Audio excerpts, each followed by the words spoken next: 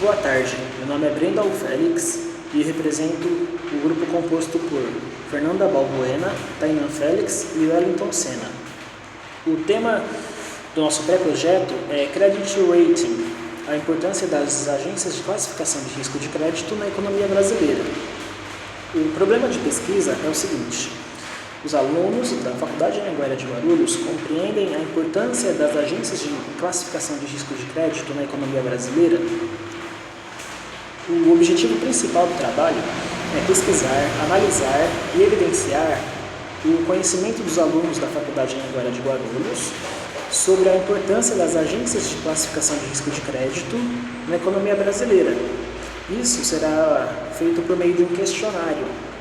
Esse questionário, elaborado no Google Forms, ele aborda alguns conceitos como investimento, risco, as agências de classificação de risco.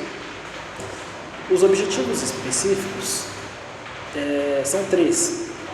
O primeiro deles é apresentar as principais agências de classificação de risco de crédito e demonstrar a metodologia de avaliação utilizada pelas agências, assim como a regulação e a fiscalização.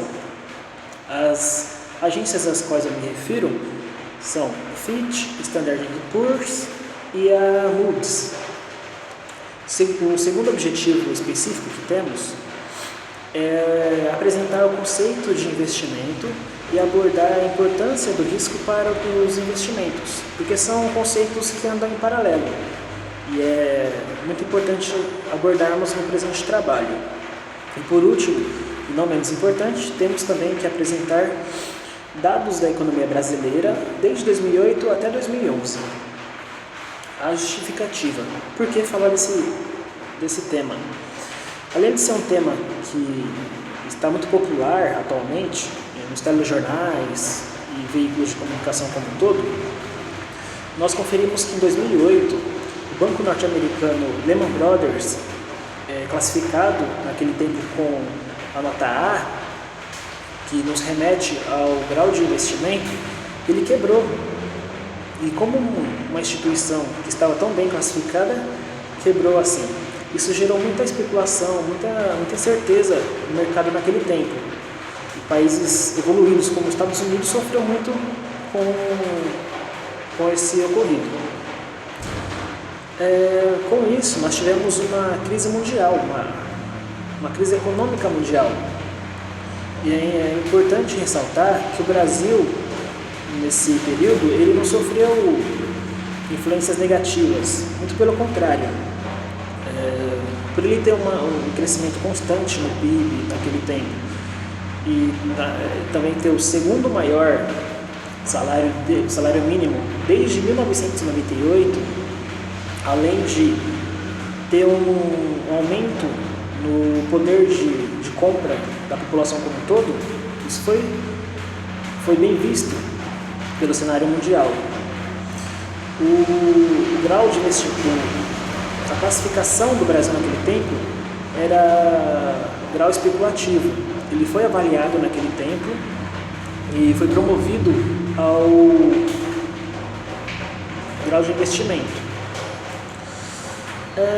Esse fato impulsionou a economia brasileira, chamou a atenção dos investidores internacionalmente e ofereceu alguns benefícios, tais como redução nos juros, valorização da moeda, que é o real, benefícios para as empresas nacionais e outros vários.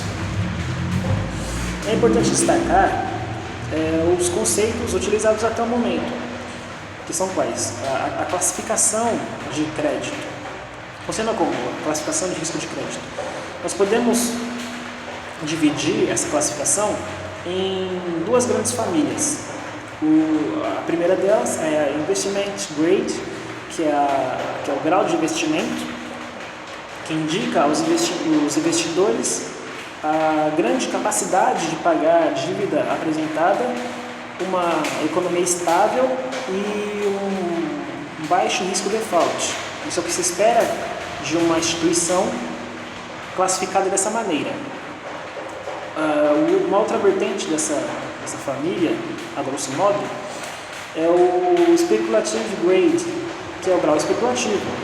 Nele, apresenta-se incertezas na capacidade da instituição pagar as dívidas que tem.